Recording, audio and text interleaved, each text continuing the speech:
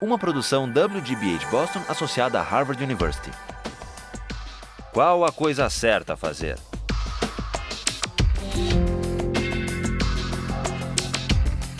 Justice, com Michael Sandel. Pense na sua intenção. Now we turn to the hardest philosopher we're going to read in this course. Today we turn to Immanuel Kant, who offers a different account of why we have a categorical duty to respect the dignity of persons and not to use people as means merely, even for good ends. Kant excelled at the University of Königsberg at the age of 16. At the age of 31, he got his first job as an unsalaried lecturer paid on commission based on the number of students who showed up at his lectures. This is a sensible system that Harvard would do well to consider.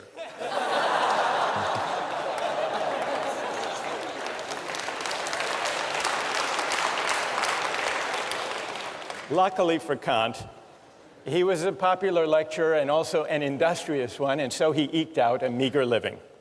It wasn't until he was 57 that he published his first major work. But it was worth the wait. The book was The Critique of Pure Reason, perhaps the most important work in all of modern philosophy. And a few years later, Kant wrote the groundwork for the Metaphysics of Morals, which we read in this course. I want to acknowledge, even before we start, that Kant is a difficult thinker. But it's important to try to figure out what he's saying, because what this book is about is, well, it's about what the supreme principle of morality is, number one, and it's also, it gives us an account, one of the most powerful accounts we have, of what freedom really is. So let me start today. Kant rejects utilitarianism. He thinks that the individual person, all human beings, have a certain dignity that commands our respect. The reason the individual is sacred or the bearer of rights, according to Kant, doesn't stem from the idea that we own ourselves, but instead from the idea that we are all rational beings. We're all rational beings, which simply means that we are beings who are capable of reason. We are also autonomous beings, which is to say that we are beings capable of acting and choosing freely. Now, this capacity for reason and freedom isn't the only capacity we have. We also have the capacity for pain and pleasure, for suffering and satisfaction. Kant admits the utilitarians were half right. Of course, we seek to avoid pain, and we like pleasure. Kant doesn't deny this. What he does deny is Bentham's claim that pain and pleasure are our sovereign masters. He thinks that's wrong. Kant thinks that it's our rational capacity that makes us distinctive, that makes us special, that sets us apart from and above mere animal existence. It makes us something more than just physical creatures with appetites. Now, we often think of freedom as simply consisting in doing what we want. or in the absence of obstacles to getting what we want. That's one way of thinking about freedom. But this isn't Kant's idea of freedom. Kant has a more stringent, demanding notion of what it means to be free. And though it's stringent and demanding, if you think it through, it's actually pretty persuasive. Kant reasons as follows. When we, like animals, seek after pleasure, or the satisfaction of our desires, or the avoidance of pain, when we do that, we aren't really acting freely. Why not? We're really acting as the slaves of those appetites and impulses. I didn't choose this particular hunger or that particular appetite. And so when I act to satisfy it, I'm just acting according to natural necessity. And for Kant, freedom is the opposite of necessity. There was an advertising slogan for the soft drink Sprite a few years ago. The slogan was, "Obey your thirst." There's a Kantian insight buried in that Sprite advertising slogan. That, in a way, is Kant's point. When you go for Sprite or Pepsi, you might think that you're choosing freely, Sprite versus Pepsi, but you're actually obeying something, a thirst, or maybe a desire manufactured or massaged by advertising. You're obeying a prompting that you yourself haven't chosen or created. And here, it's worth noticing Kant's specially demanding idea of freedom. What way of acting, how can my will be determined if not by the promptings of nature or my hunger or my appetite or my desires? Kant's answer, to act freely, is to act autonomously. And to act autonomously is to act according to a law that I give myself, not according to the physical laws of nature or to the laws of cause and effect, which include my desire to eat or to drink or to choose this food in a restaurant over that. Now, what is the opposite? What is the opposite of autonomy? For Kant, he invents a special term to describe the opposite of autonomy. Heteronomy is the opposite of autonomy. When I act heteronomously, I'm acting according to an inclination or a desire that I haven't chosen for myself. So freedom as autonomy is the specially stringent idea that Kant insists on. Now, why is autonomy the opposite of acting heteronomously or according to the dictates of nature? Kant's point is that nature is governed by laws, laws of cause and effect, for example. Suppose you drop a billiard ball. It falls to the ground. We wouldn't say the billiard ball is acting freely. Why not?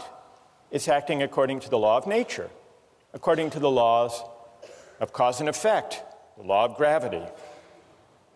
And just as he has an unusually demanding and stringent conception of freedom, freedom as autonomy, he also has a demanding conception of morality. To act freely is not to choose the best means to a given end. It's to choose the end itself for its own sake. And that's something that human beings can do and that billiard balls can't. Insofar as we act on inclination or pursue pleasure, we act as means to the realization of ends given outside us. We are instruments rather than authors of the purposes we pursue. That's the heteronomous determination of the will. On the other hand, insofar as we act autonomously, according to a law we give ourselves, we do something for its own sake, as an end in itself. When we act autonomously, we cease to be instruments to purposes given outside us. We become, or we can come to think of ourselves, as ends in ourselves. This capacity to act freely, Kant tells us, is what gives human life its special dignity. Respecting human dignity means regarding persons not just as means, but also as ends in themselves. And this is why it's wrong to use people for the sake of other people's well-being or happiness. This is the real reason, Kant says, that utilitarianism goes wrong. This is the reason it's important to respect the dignity of persons and to uphold their rights. So even if there are cases, remember John Stuart Mill said, well, in the long run, if we uphold justice and respect the dignity of persons, we will maximize human happiness. What would Kant's answer be to that? What would his answer be? Even if that were true, even if the calculus worked out that way, even if you shouldn't throw the Christians to the lions because in the long run, fear will spread, the overall utility will decline. The utilitarian would be upholding justice and rights and respect for persons for the wrong reason, for a purely contingent reason, for an instrumental reason. It would still be using people, even where the calculus works out for the best in the long run, it would still be using people as means rather than respecting them as ends in themselves. So, that's Kant's idea of freedom as autonomy, and you can begin to see how it's connected to his idea of morality. But we still have to answer one more question. What gives an act its moral worth in the first place? If it can't be directed at utility or satisfying wants and desires, what gives an action its moral worth? This leads us from Kant's demanding idea of freedom to his demanding idea of morality. What does Kant say? What makes an action morally worthy consists not in the consequences or in the results that flow from it. What makes an action morally worthy has to do with the motive, with the quality of the will, with the intention for which the act is done. What matters is the motive, and the motive must be of a certain kind. So, the moral worth of an action depends on the motive for which it's done, and the important thing is that the person do the right thing for the right reason. A good will isn't good because of what it affects or accomplishes, Kant writes. It's good in itself. Even if by its utmost effort the good will accomplishes nothing, it would still shine like a jewel for its own sake, as something which has its full value in itself. And so for any action to be morally good, it's not enough that it should conform to the moral law. It must also be done for the sake of the moral law. The idea is that the motive confers the moral worth on an action. And the only kind of motive that can confer moral worth on an action is the motive of duty.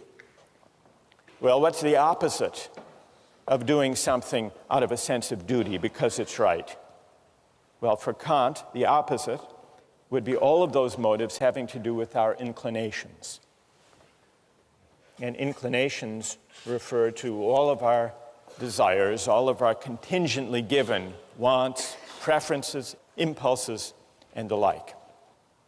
Only actions done for the sake of the moral law, for the sake of duty, only these actions have moral worth. Now, I want to see what you think about this idea, but first let's consider a few examples. Kant begins with an example of a shopkeeper. He wants to bring out the intuition and make plausible the idea that what confers moral worth on an action is that it be done because it's right. He says, suppose there's a shopkeeper and an inexperienced customer comes in. The shopkeeper knows that he could give the customer the wrong change, could shortchange the customer and get away with it, that at least that customer wouldn't know. But the shopkeeper nonetheless says, well, if I shortchange this customer, word may get out, my reputation would be damaged, and I would lose business. So I won't shortchange this customer.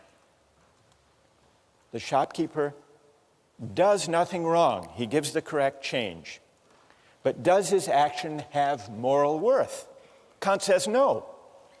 It doesn't have moral worth because the shopkeeper only did the right thing for the wrong reason, out of self-interest. That's a pretty straightforward case. Then he takes another case, the case of suicide. He says we have a duty to preserve ourselves.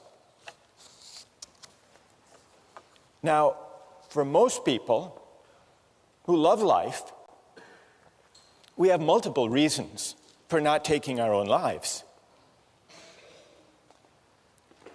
So the only way we can really tell, the only way we can isolate the operative motive for someone who doesn't take his or her life is to imagine someone who's miserable and who, despite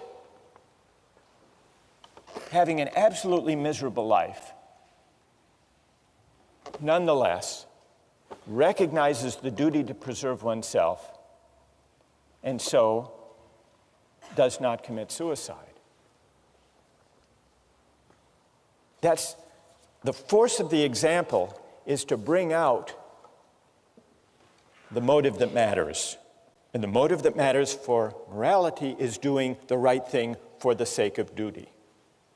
Let me just give you a couple of other examples. The Better Business Bureau. What's their slogan? The slogan of the Better Business Bureau? Honesty is the best policy.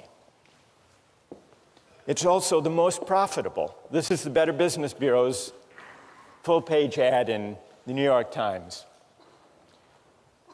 Honesty. It's as important as any other asset, because a business that deals in truth, openness, and fair value cannot help but do well. Come join us and profit from it. What would Kant say about the moral worth of the honest dealings of members of the Better Business Bureau? What would he say? That here's a perfect example that if this is the reason that these companies deal honestly with their customers, their action lacks moral worth. This is Kant's point. Or a couple of years ago at the University of Maryland, there was a problem with cheating. And so they initiated an honor system. And they created a program with local merchants that if you signed the honor pledge, a pledge not to cheat, you would get discounts of 10 to 25% at local shops. Well, what would you think of someone motivated to uphold an honor code with the hope of discounts? It's the same as Kant's shopkeeper. The point is, What matters is the quality of the will, the character of the motive, and the relevant motive to morality can only be the motive of duty, not the motive of inclination. And when I act out of duty, when I resist as my motive for acting inclinations or self-interest, even sympathy and altruism, only then am I acting freely. Only then am I acting autonomously. Only then is my will not determined or governed by external considerations. That's the link between Kant's idea of freedom and of morality. Now, I want to pause here to see if all of this is clear, or if you have some questions or puzzles. They can be questions of clarification, or they can be challenges, if you want to challenge this idea that only the motive of duty confers moral worth on the action. What do you think? Yes? Yeah, I actually have two questions of clarification.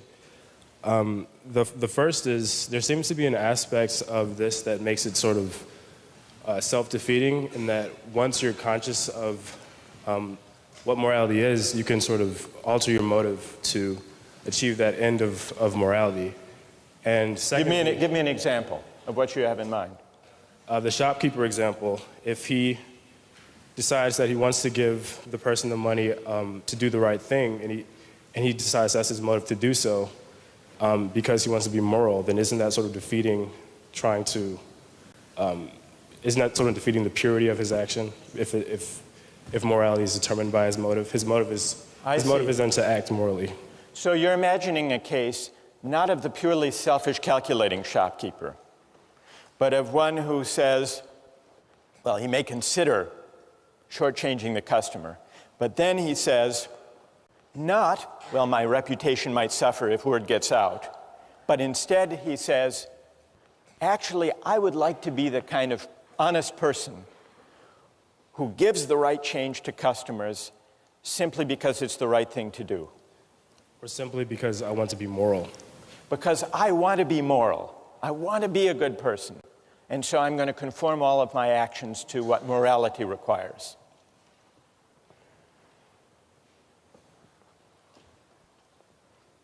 It's a subtle point. It's a good question.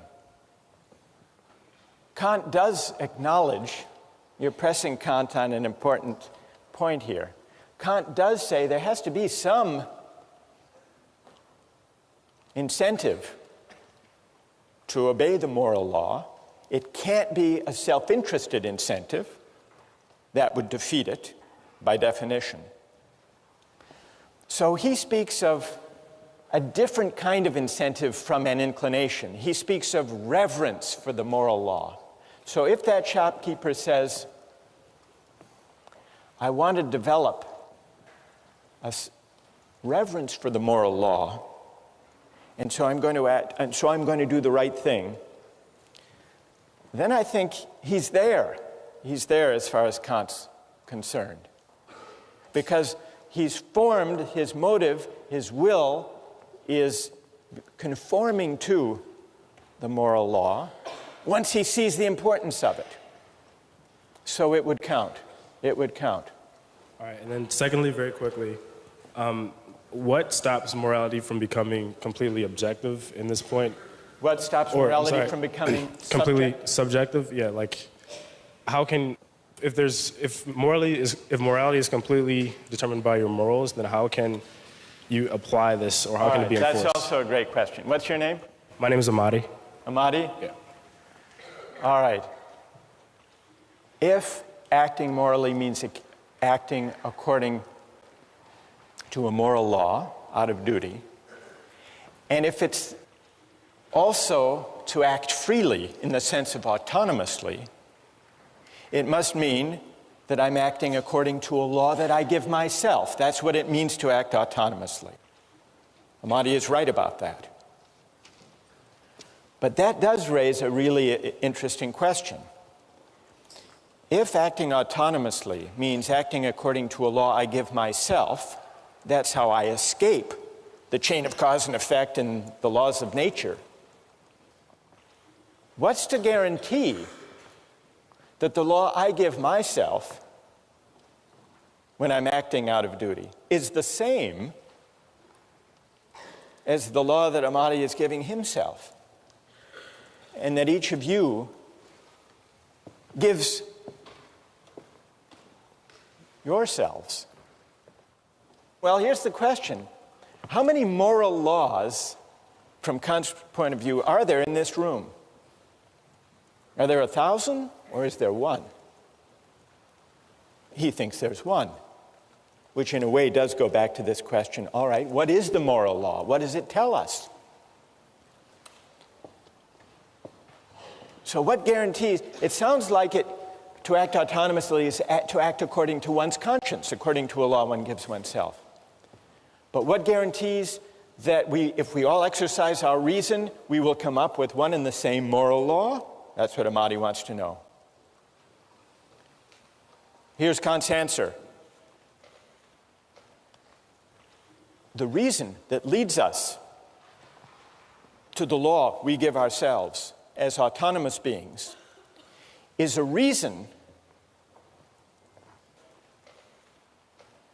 it's a kind of practical reason that we share as human beings. It's not idiosyncratic. The reason we need to respect the dignity of persons is that we're all rational beings. We all have the capacity for reason, and it's the exercise of that capacity for reason which exists undifferentiated in all of us that makes us worthy of dignity, all of us. And since it's the same capacity for reason, unqualified by particular autobiographies and life circumstances, it's the same universal capacity for reason that delivers the moral law. It turns out that to act autonomously is to act according to a law we give ourselves, exercising our reason, but it's the reason we share with everyone as rational beings, not the particular reasons we have given our upbringings, our particular values, our particular interests. It's pure practical reason in Kant's terms, which legislates a priori, regardless of any particular contingent or empirical ends. Well, what moral law would that kind of reason deliver? What is its content? To answer that question, you have to read the groundwork, and we'll continue with that question next time.